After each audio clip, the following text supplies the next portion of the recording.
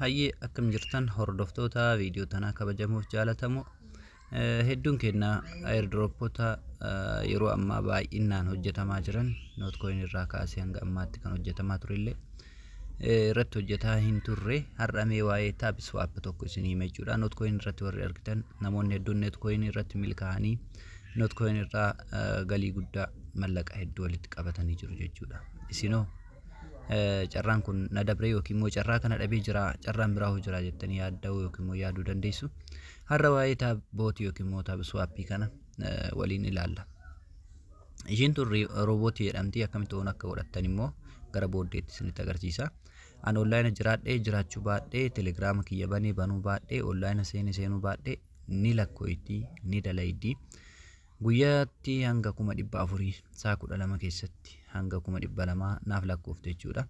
Yeroo akkana gara taabswaappii linkii tuqeesseen immoo get it kan jedhu tuqeetiin fudhadha jechuudha. Mee haa fudhannu. Asirratti naa dabalee jira jechuudha. Miliyoona 17 fi wayii qaba. Isin tun immoo daqiiqaa 5 yookiin immoo 10 hangas turte koina isin lakkooyite jechuudha. Koina kana akkamii fudhattanii 1700 qaba ammaan 1700 keessaa taap gochuudhaan iskiriina tuttuquudhaan akkatti anquba afuriin tuttuqee fudhadha jechuudha. Iskiriina tuttuquudhaan haala kanaan fudhachuu dandeenya jechuudha. Koina 1700 san. Egaa taabswaappii mee herreega isallee kan dalagee isinitti agarsiisu ta'a jechuudha. Gara booddeetti deebinee sadarkaa yookiin immoo leeviliiwwan irra jirru akkamitti akka boonasiiwwan garaagaraa fudhachuu dandeenyu fi taabswaappii irratti immoo bu'aalee karaa salphaadhaan irratti hojjennee irraa argachuu dandeenyus waliin ilaalla jechuudha. Jalqaba taask kan jedhu kana tuqxanii booddee yeroo gara linkii tuqxanii karaa galmee seentanii jechuudha. Kan hunda raawwattanii isa kanneen hin ifu keessan tuqxaniitiin maal gootanii waaletiidhaan connect wal gootanii viidiyootan biraa kanaan armaan dura dalage irratti ilaaluu dandeessu. Kanas tuqxanii connect gootanii fudhattu. Kan itti aanu as keessattis diimaa ife ta'ee isii kanas tuquudhaan fudhattu jechuudha.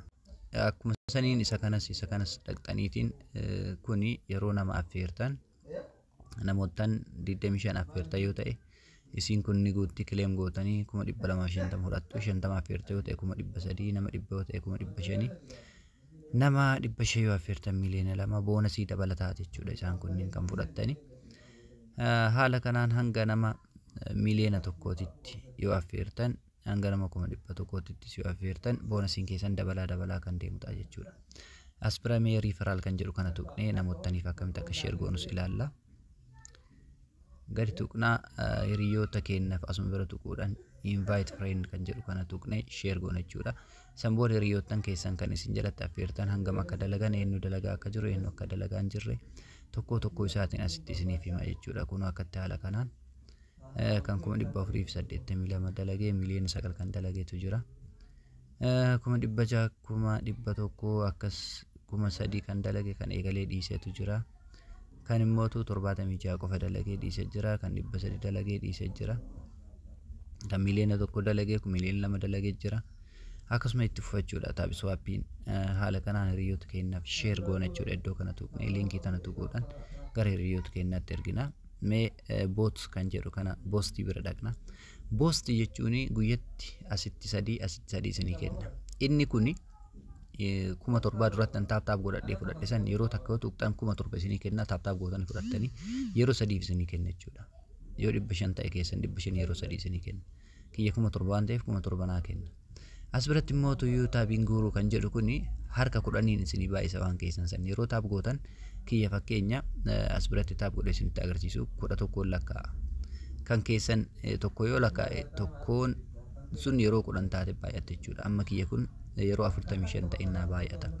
Yoo maal godhe boostii san bira dhaqeetiin boostii kana tuqee yeroo boostiidhaan carraa guyyatti yeroo sadii naa kenna boostii san fudhadhu jechuudha. Akkuma san leevilii keessan guddisuudhaaf kunoo as biratti amma maannaan jedha 200 sirraa fudhadhee taaptaabii ati gootu kana 11 irraa gara 12tti si haa jijjiiruu naan jedha. Yoo barbaade geetitti jedhaani ani barbaadu waan ta'eef x godhee baha guddadhee jira waan ta'eef hanga leevilii 11 isa kana hanga leevilii 13 guddadhee jira. Isa kana maannaan jedha dhibba shanii kuma dhibba shan naa kenniti dhibba shan immootu kuma torbaa sanirra sii dabalee kuma torbaaf dhibba shan sii haa godhu leevilii kee 15tti sii haa guddisuu naan jedha hin barbaadu anillee dhiisee jira maaliif isa kam jechuudha inni suni isii tana kuma torbaa tana kuma torbaaf dhibba shan sii haa godhu kuma dhibba shanii naa kenni naan jedha laawunchiidhaaf kalaa'ee waan ta'eef kooyina kana hunda baasurra natti hafu wayya jedhee dhiisee guyyoota muraasatu hafe guyyoottan 9-10 kan hin geennetu hafe jechuudha. Taabswaappii kanarratti cimaatii dalagaa guyyaa muraasa kana keessatti milkaa'uu dandeessu. Irra caalaa viidiyoon kun yoo isinii tole hiriyoota keessaniif sheer godhaa. Istaatasii isaas bira dhufnee haa ilaallu. Hanga ammaatitti maal jedhaa jira tiriliyeena 47.764 sheer baalaansiin jechuudha.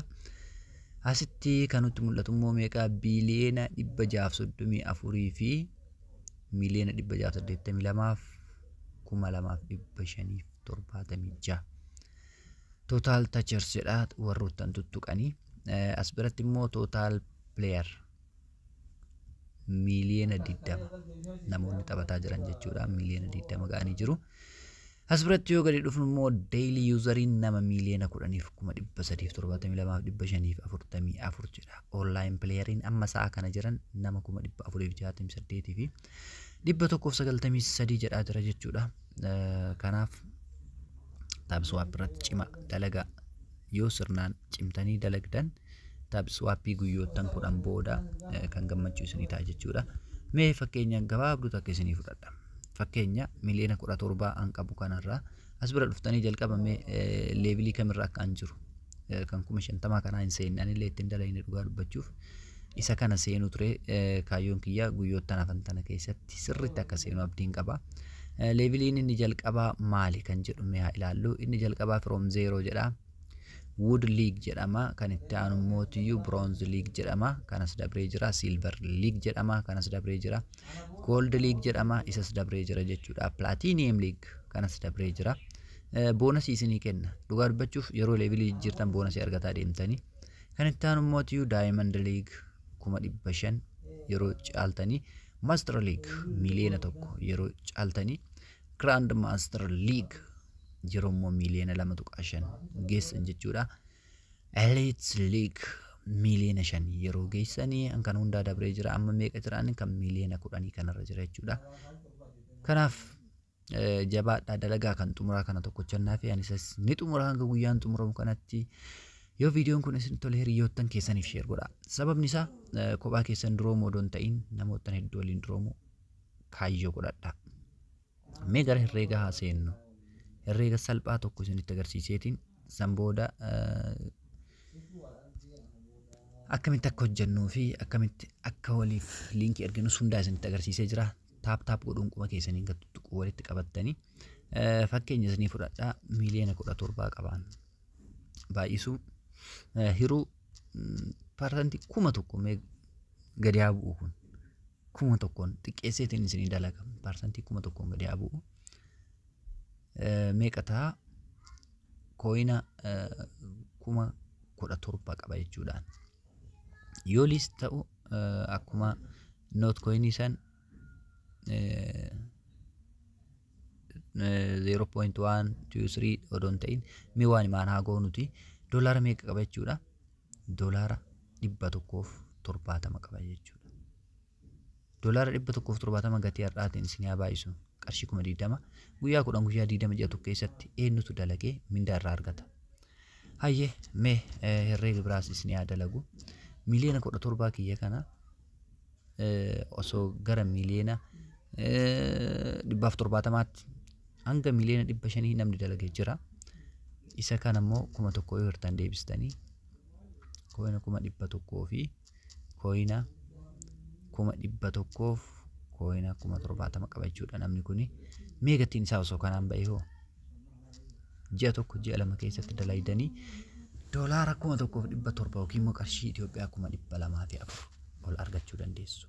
Noot kooyin irratti warri dalagan garuu over kanaa ol argatan.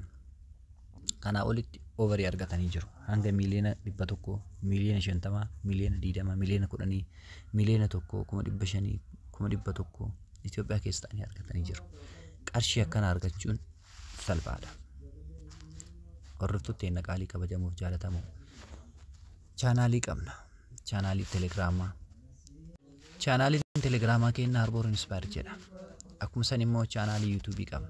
Chaanaalii YouTubeii keenya birallee dhaquudhaan Harboor Media Network yookiin mootiyyuu Harboor Media Network kan jedhu kana join godhuudhaan odeeffannoo hedduu irraa argachuu dandeessu.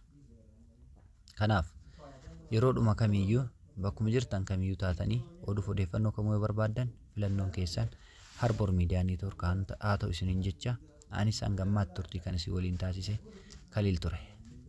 Harboor Media Network qunnamuudhaaf karaa salphaadhaan gara fuula Facebookaa gara laafoo kee jedhuun yookiin mootiyyuu profaayilii isaa Harboor Media Network jedhu kanaan nu qunnamuu dandeessu.